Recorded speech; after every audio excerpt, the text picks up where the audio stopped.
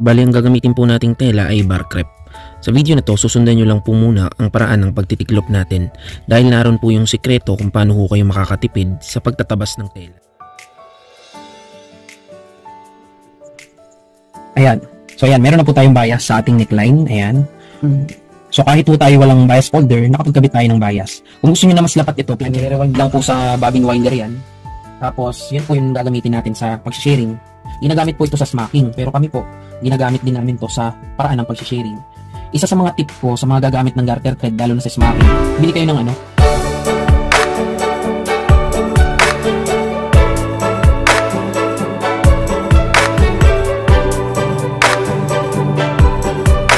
Before we start, make sure to subscribe to this video and hit that notification bell for more updates.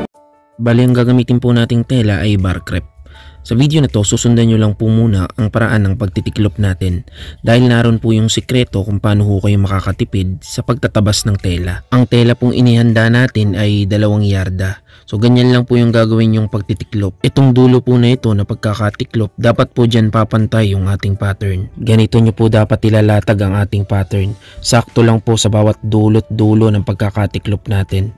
Pagkatapos po, pwede nyo na pong gupitin yan. Pwede nyo na pong itrace ang ating pattern sa ating tela.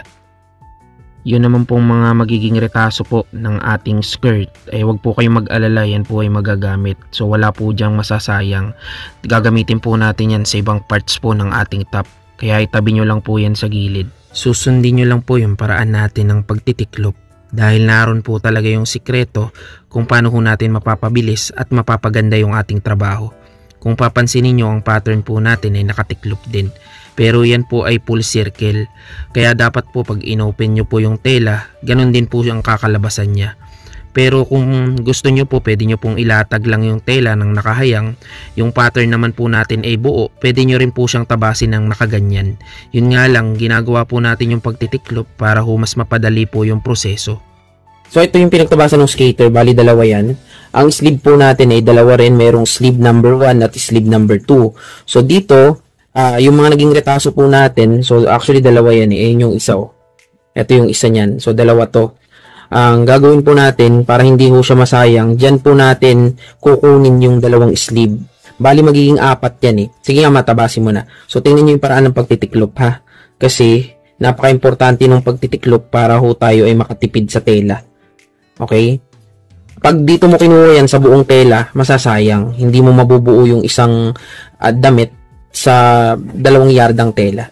Okay? Sundin nyo lang po yung paraan ng pagtitiklop natin dahil naroon po talaga yung sikreto kung paano ho kayo makakatipid sa telang gagamitin. Kung mapapansin nyo, ang pattern po natin ay nilalatag lang natin o tinitrace sa ating tela. Kasama na rin po ang sewing allowance dyan. Kaya po tinitiklop natin yan para ho mas mapabilis at mas mapaganda yung kakatabas natin sa ating tela. Ang pattern na ginagamit natin ay may nakalagay din na kompletong detalye. Kung mapapansin nyo, nakalagay rin dyan kung ilang piraso yung kailangan mong tabasin. At kung mapapansin nyo, sa paraan naman ng pagtitiklop natin, isang latagan lang nakukumpleto na natin yung parts ng tela na kailangan natin. 2 na kaagad yung natabas natin, isang latagan lang. Ang sleeve number 1 at sleeve number 2 ay pareho lamang. Ang pinagkaiba lang nito ay ang sukat ng lapad. Ganon din naman ang prosesong gagawin mo. Mga retaso lang din ang gagamitin natin para mapunuan ang parts na ito.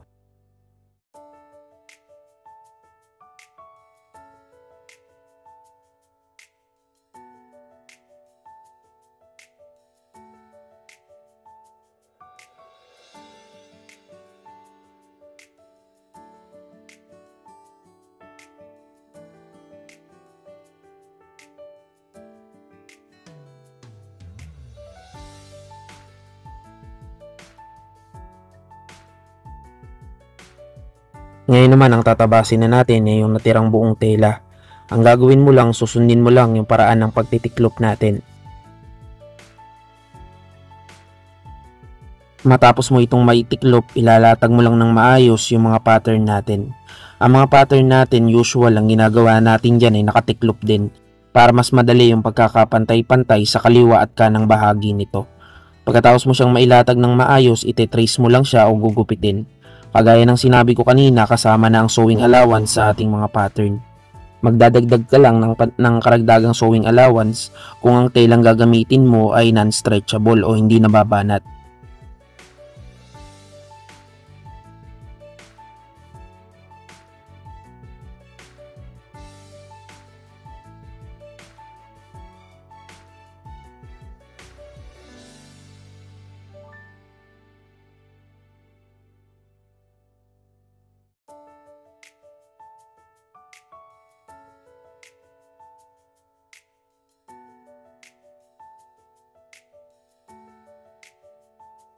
Kung mapapansin ninyo, babaguhin natin yung paraan ng pagtitiklop dito.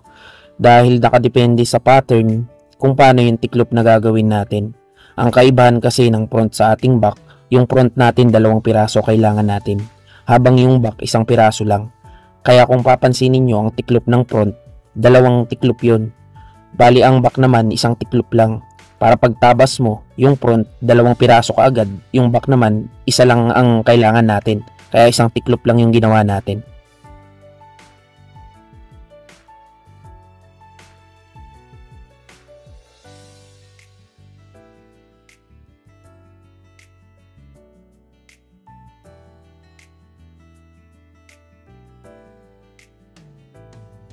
Ito na yung mga huling parts na tatabasin natin. Yung bias for neckline at saka yung bias for center. Dito, pwedeng ang tabasin mo na lang ay yung mga retaso.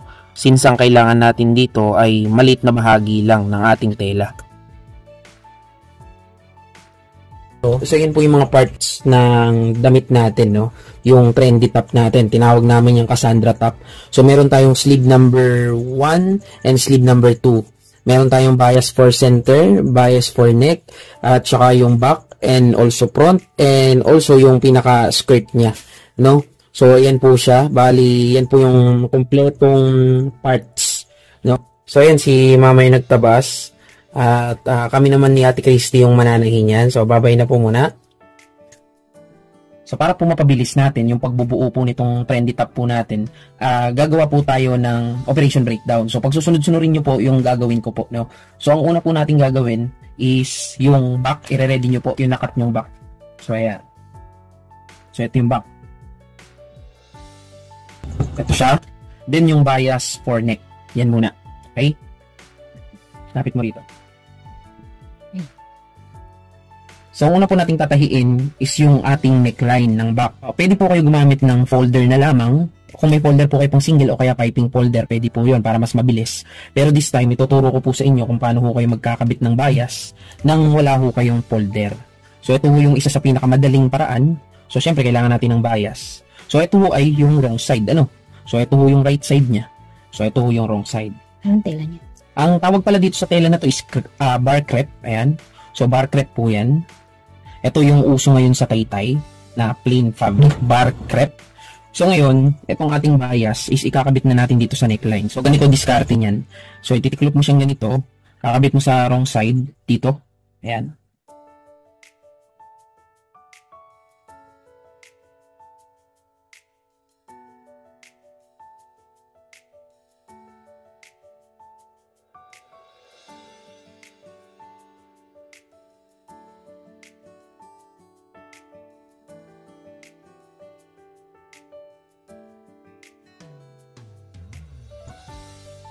So, yung aming bias, sobra yan. Sobra talaga. Gupitin. So, gugupitin mo na lamang. Ayan. Ayan. So, bago mo pala ilapat yan, so, ito yung duktong natin, ipapaling mo lang siya ng paganyan. Tapos, lalagyan natin to ng lapat o yung tinatawag nating 1/16 topping dito. Okay?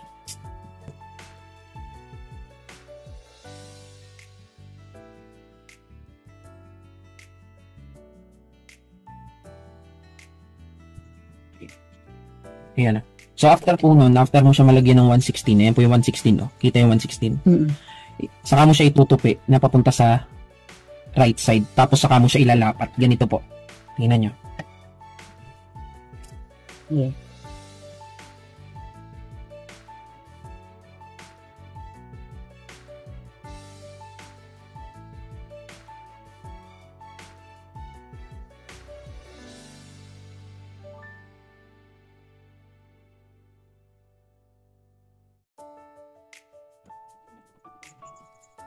Ayan. So, ayan. Meron na po tayong bias sa ating neckline. Ayan. So, kahit po tayo walang bias folder, nakapagkabit tayo ng bias. Kung gusto nyo na mas lapat ito, planchahin lang natin. Pero since ang tela kasi natin is bar crepe, hindi talaga ito lalapat ng gusto. Ayan. Pero maganda yan, okay? Kaya may 1/16 siya sa ilalim. Okay? So, next po natatahiin natin, mas maganda sunod-sunurin nyo rin ito para mas madali nyo makabisa yung trabaho. No? So, next po is yung ating front. Ang front po natin is 2 piraso. Ayan. So, ito po siya. Ang sukat pala na ginagawa natin is pang plus size. Ito po kasya sa XL, 2XL hanggang 3XL. Basta ho, ganito yung telang gagamitin, stretchable. Pagka ho, ang ginamit yung tela is non-stretchable, maaring hanggang 2XL lang po ito kumasya. So, ang gagawin nyo po, so, ito ho yung front. Since 2 po yan, ayan. Ang tatahiin po natin is itong side na ito. Neckline din. Ayan. Pero ang neckline kasi nito is square neck. So, gagawin mo right side. Tapos, kunin mo yung isang front. Itatapal mo siya sa right side. So, mangyayari niyan, yung right side is nasa loob. Ayan. So, yung right side, pinalaman ko sa loob. Ngayon, saka natin papasadahan tong neckline. 1/4 lang ang basting, okay na yan.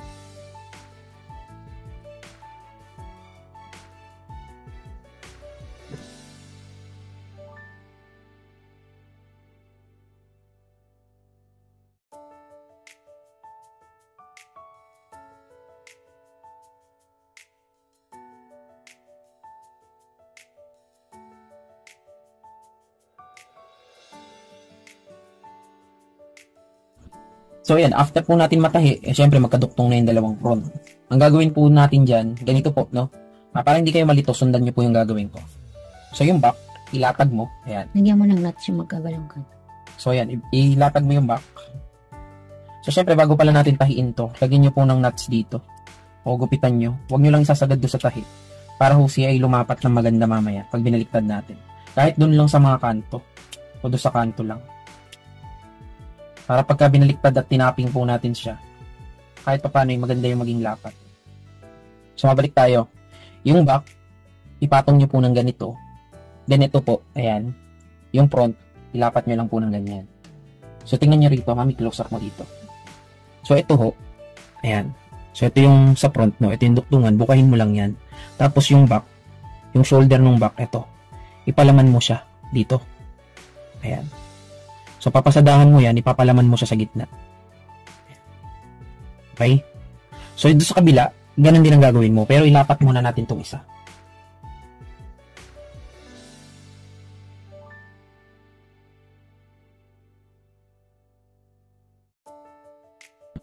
Ayan. Para hindi kayo malito, huwag nyo na munang galawin siya. So, dito muna, ibuka mo rin ito. Ayan. Buka mo rin. Tapos, saka mo ilagay itong back sa gitna. Ayan. Para hindi ka malito. Ayan, pag-ikot mo. Ayan. So, since nandito na siya, so, ayan, yung back, itatapal mo lang sa gitna ng 2 front. Ayan. Saka mo siya papasadahan. Ayan, tatapat ka mo dyan sa gitna ng tahi. Sasakalin. Sa kanda.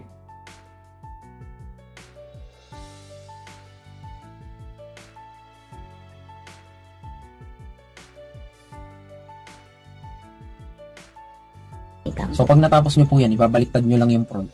Ganito po ang mangyayari sa duktungan yan. Ayan. So, ito po yung duktungan niya. Oh. Ayan. So, ganyan po yung magiging duktungan. Okay? Then, after po nun, sabi mo, ilalapit ko. Sige. So, after po nun, ang gawin po natin is itong neckline po ng front, itong square neck, lagyan po natin ng topping 1/4 para po mas gumanda yung lapat niya.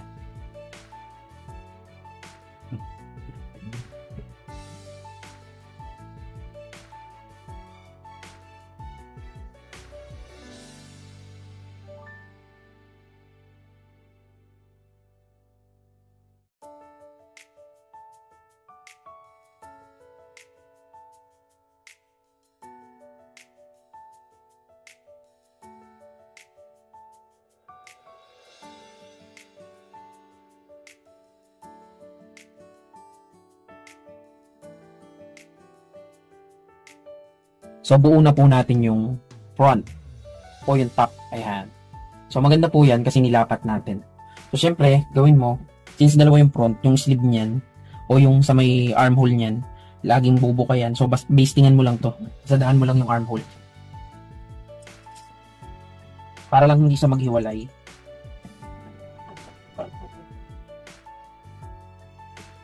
Okay. Siyempre, yung kabila, ganun din. So, yung armhole, ayan.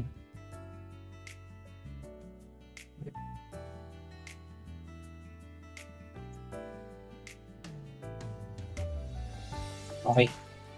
So, buo na yung top.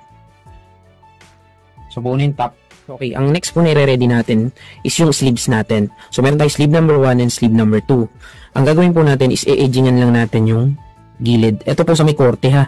Yung diretso, wag nyo i-edgingan. So, yung may korte lamang. Ayan.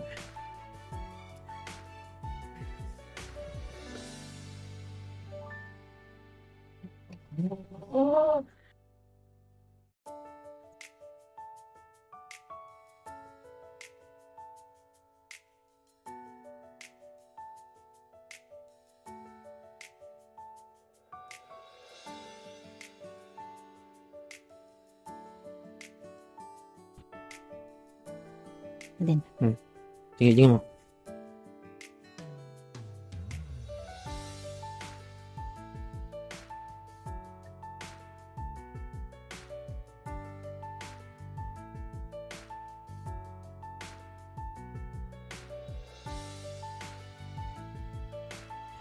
So, bago po kayo umalis sa overlock, yung palda po, o yung skirt po natin, edgingan nyo na rin po yung laylayan. Yung laylayan lang naman po yung i-edgingan nyo.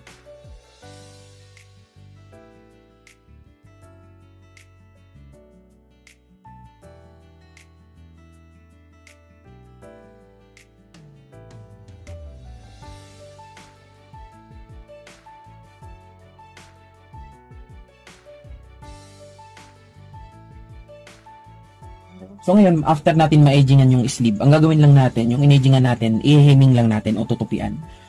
So gamit ka lang ng magnet guide para mas madali. So gamit lang tayo ng guide. So tutupi mo lang to. Depende na sa'yo kung gaano kalaki yung tupi.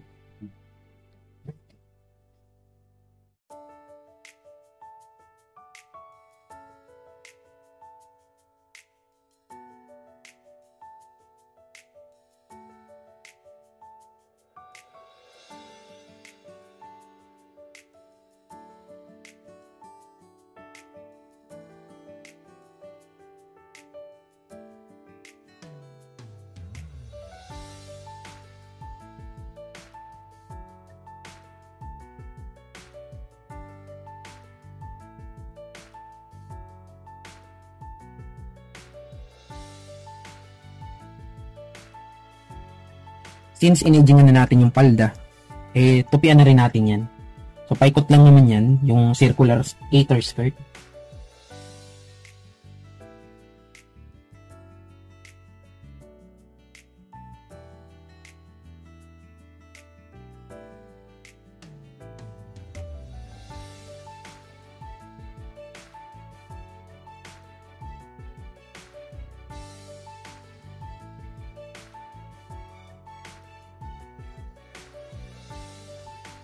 So ngayon po, ang gagawin na po natin is lalagyan natin ng sharing yung kabilang side naman ng sleeve. Di po ba itong isang side, yung may korte, patupi, yung dito naman po, sharing. Lalagyan natin ng sharing.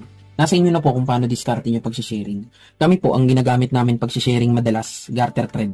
Ayan. Yung garter thread, ganito po siya. Ayan. So, nire-rewind lang po sa bobbin winder yan. Tapos, yun po yung gagamitin natin sa pag-sharing. Ginagamit po ito sa smacking. Pero kami po, ginagamit din namin to sa paraan ng pag-sharing. Isa sa mga tip ko sa mga gagamit ng garter thread, lalo na sa smacking, bili kayo ng another set ng bobbin case. Kasi, ito, kailangan luwagan mo yung tension. Kailangan luwagan mo yung tension para magamit mo siya sa garter thread. Hindi naman pwede, luluwagan mo, sisikipan mo pag gagamit ka ng cotton thread. So, as much as possible, bili na lang ng ganito para nakaset na siya, ready to go. Ngayon po, kung maalala nyo, ang sleeve natin is merong sleeve number 1, merong sleeve number 2. Yung sleeve number 2 po natin is mas malapad o mas malaki. Ayan. Kukunin mo po yung isang sleeve number 2, tapos kukunin mo yung isang sleeve number 1.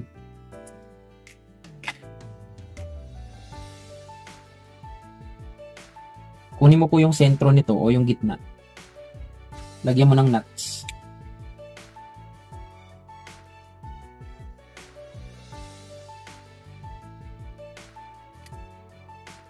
Yung sleeve number 1, mas maliit yan. Lagyan mo rin ng nuts. Mas makitid, pero yung haba nila parehas. Ayan. So, nilagyan ko ng nuts para mabalansin natin yung center niya. So, ginagawa po namin dito, sabay na po yung duktong niya dun sa shearing. Kasi pag duduktongin mo yung dalawang sleeve, ayan o. Pagpapatungin mo silang ganyan. Ayan. So, mas maliit yung isa, oh. Makikita nyo rito. Kita ba? Ayan. So, isi-sharing po natin siya. Anong patong? Pakita mo. Pagpapatungin mo lang. Ayan.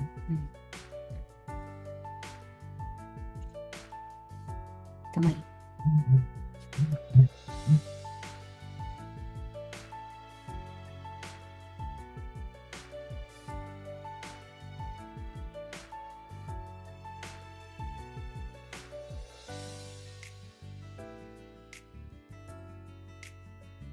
Ayan.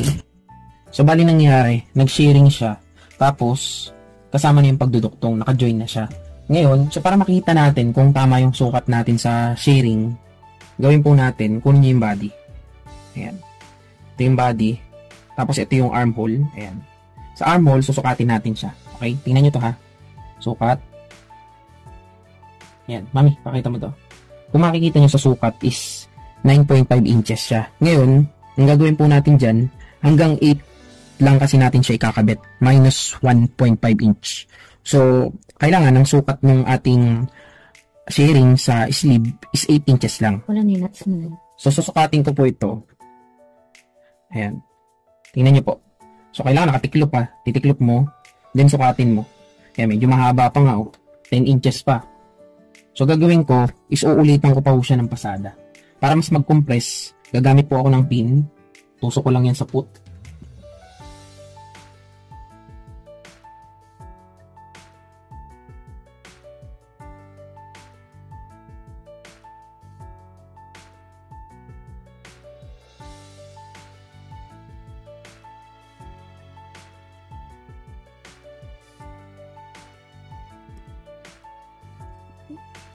Susukatin mo ulit. Ayan.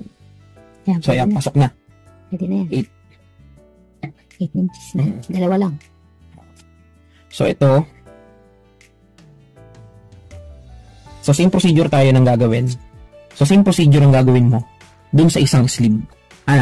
So, ito yung isang sleeve. Yung isang sleeve, ganun din yung gagawin mo. Okay, stop. So, yun. Ganun din yung gagawin mo. Same procedure dun sa dalawang sleeves. Then, after mo siya ma-sharing, mapagduktong, kukunin mo na yung ulit yung body. So, yung body, kagaya ng ginawa natin kanina. Kukunin mo yung sukat niya. Ito, yung armhole. Ayan. Tingnan nyo ha. Inulit ko lang.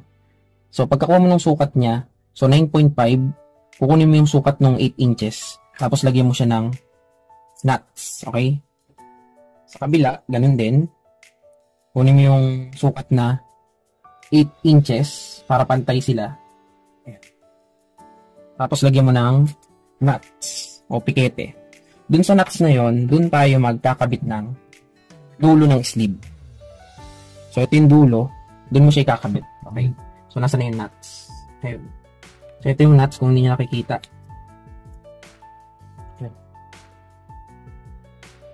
So, itatapat mo dun yung dulo ng sleeve.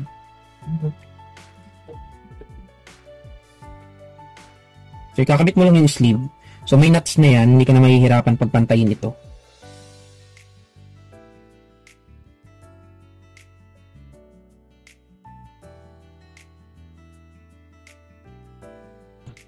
Siyempre, yung dulo ng isang sleeve, dun din sa nuts. Ayan.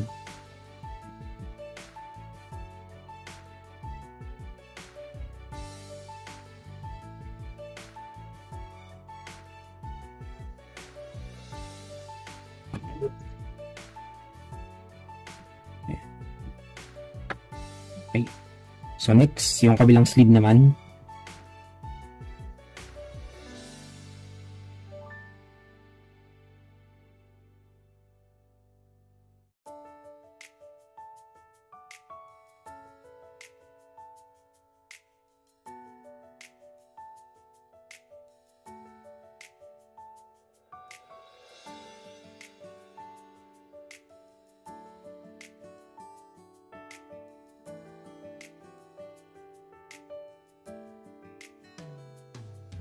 Okay. Yan. So, nakakabit na yung sleeves. So, ngayon, yung kinabit nating sleeve is o-overlockan mo na. Tapos, diretso side close na yan. Okay.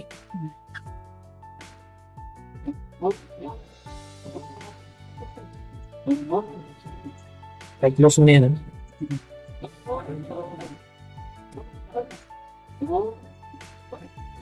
Okay. So, then, side close naman. Hindi ba side close yun? Yan. Yung sleeve muna. Sige.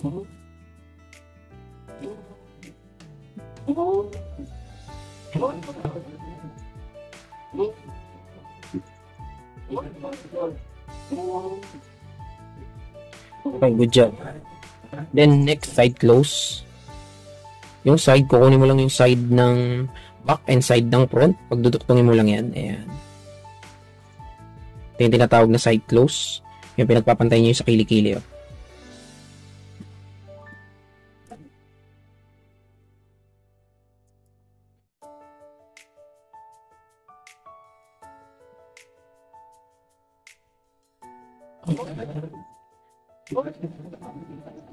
Kabila. Technique niyan, hawak agad sa balikat. Ayan. Para magpantay siya dyan. Oh, yun. So, side close.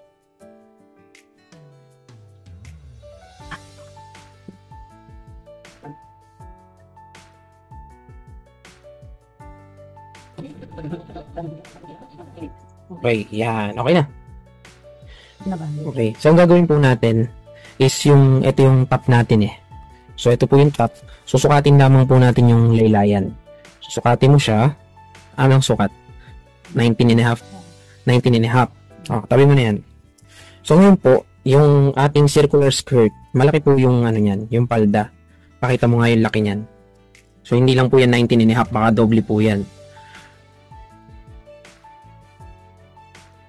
So, ang gagawin po natin, i-compress po natin na yun sa tulong ng sharing o kaya yung ginamit namin, garter thread. Kaya po natin sinukat iyon para pag sharing po natin ito, susukatin po natin siya ulit. Okay. So, ayan, sharingan mo lang yan.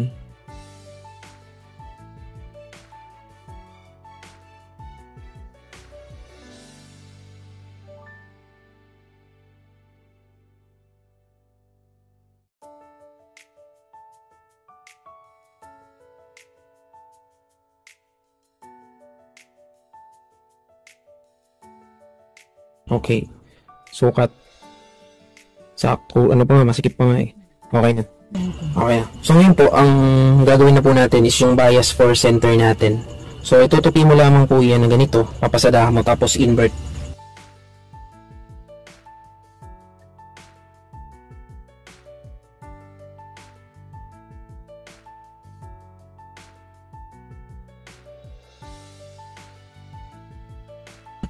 Tapos, baliktarin mo lang. Ayan, pinamabag.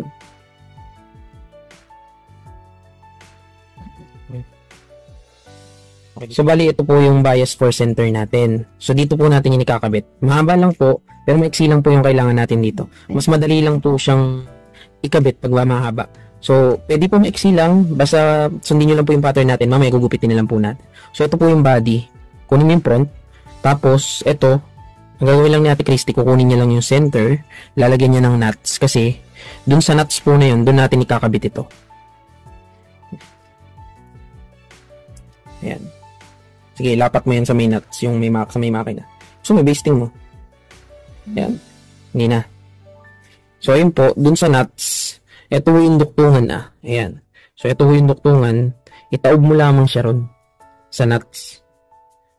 Ayan. So, itatapal mo lang yun dyan. Okay na. Pag naikabit mo na po yan dyan, ang gagawin nyo na po is itong palda, yung nai-sharing po natin, kakabit mo rin sa laylayan ng top. So, ganun kasimple. Ayan o. So, i-join mo yung palda doon sa ating top. Kaya kailangan sakto yung pagkakasharing mo para madali siya ikabit. Sige, ikabit mo na.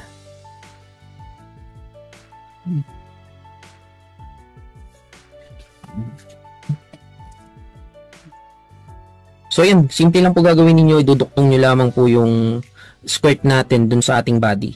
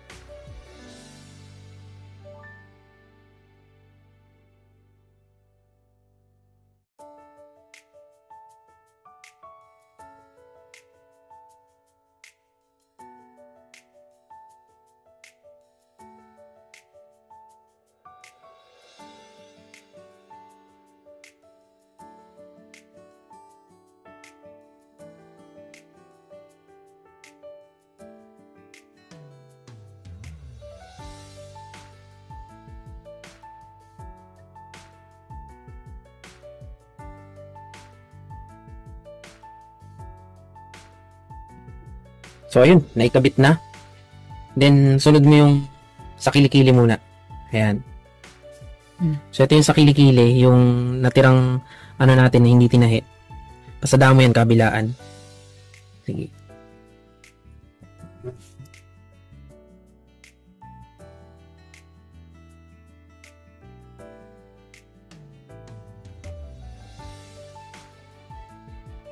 Good job.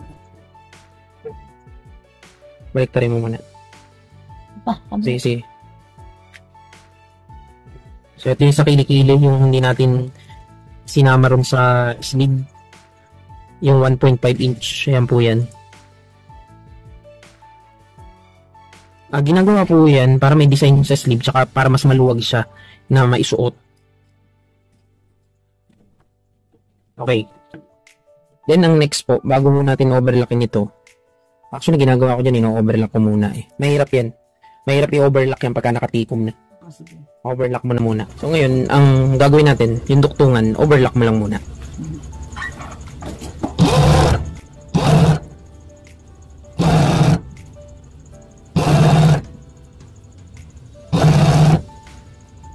Mahirap kasi yan overlockin pag dinuktong mo na yung pinaka sumasakal sa gitna.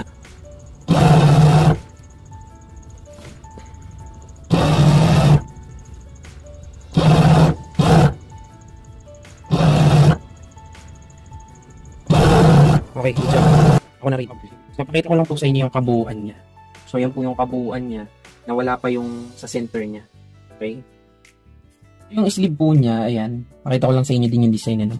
Kung tawagin namin yan kasi, Empire sleeve, yung may ganito.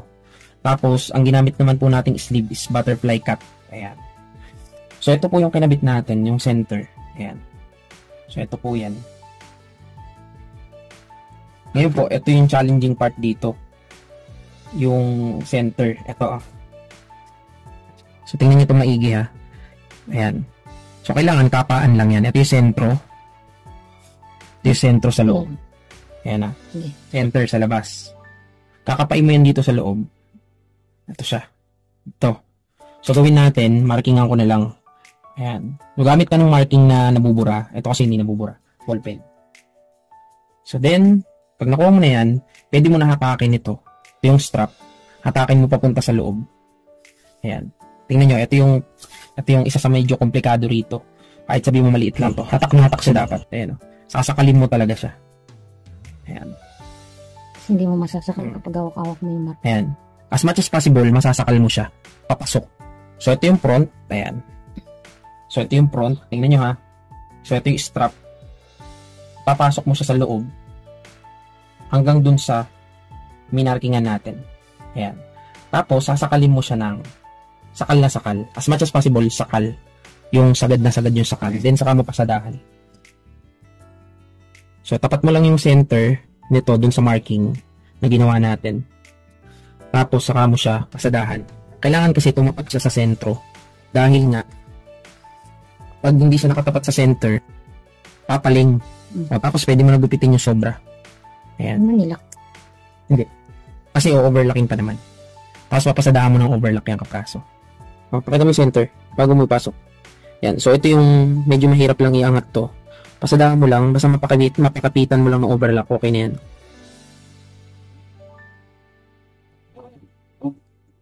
Okay. Good job. So, ayun. Yung center. Ayun. Yung center. Iaayos mo lang siya. Ayan. So, iaayos mo lang, tapos yan na yung finished product. Yung pang tinahi po natin, o yung ginamit nating pattern, ay para ho sa plus size. So, ayan na po siya. Then, syempre, papasukat natin. Ito po yung ating finished product, syempre, yung suot ni Ate Christy, yung plus size. Ano? Ikot ka, mami. So, plus size po, kasya po yan sa XL, 2XL, hanggang 3XL po. Depende po sa fabric na gagamitin.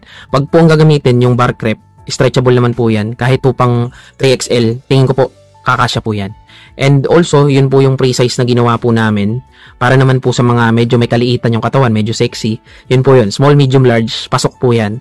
Kasi kung makikita nyo, ang pinaglalagyan natin, yung manikin na commonly ginagamit sa mga palengke, tiyangge, yan po yung sukat na ginagamit doon as categorically pre-size. Yung manikin na yan. Ayan. So, syempre, sana po nagustuhan nyo yung finished product.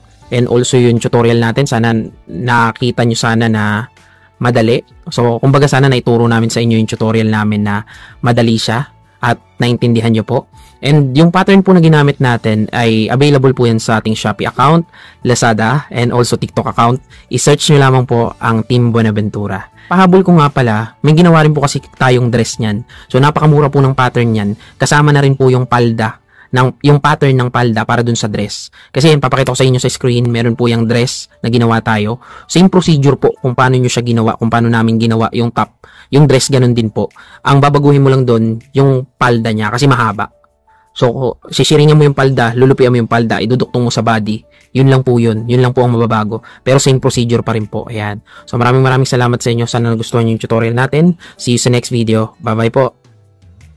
Kung bago ka pa lang sa YouTube channel namin, like, subscribe, comment. Click mo na rin bell button. See you sa next video. Share mo po ang mga video. Bye-bye!